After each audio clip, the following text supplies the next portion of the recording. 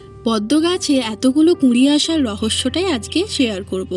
এর আগে আমি পদ্ম গাছ নিয়ে অনেক কথাই বলেছি, তো চলুন আজকে এটা বলি। আমি পদ্ম গাছে আজকে খেতে দিয়েছিলাম ভার্মি কম্পোস্ট, ডিএপি আর লাল পটাশ। খুব অল্প পরিমাণে নিয়ে একটা গামছার মধ্যে বেঁধে নিয়েছিলাম। যে কোনো কাপড়ে বেঁধে পুড়িয়া তৈরি করতে হবে এবং তারপরে এই পুড়িয়াটাকে ঠিক মাঝ বরাবর পটের একদম গর্ত করে সেখানটায় দিয়ে দিতে হবে।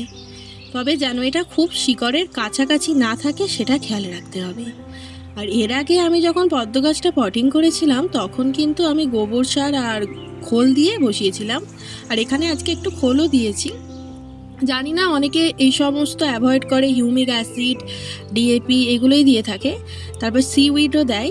তবে আমার কাছে এগুলো অ্যাভেলেবেল ছিল তাই আমি খুব অল্প পরিমাণে এগুলো দিয়েছি। আশা করি ভালো ফলাফল পাবো। তো আজকে এই খাবারটাই দিলাম।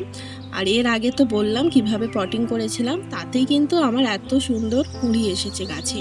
আপনারা তো দেখতেই পাচ্ছেন আমার গাছটা কতটা সতেজ রয়েছে এবং কতটা সুন্দর হয়েছে। এমনকি একটা পটে কোনো স্ট্যান্ডিং লিফ আসেনি তার আগেই কুঁড়ি এসে গেছে।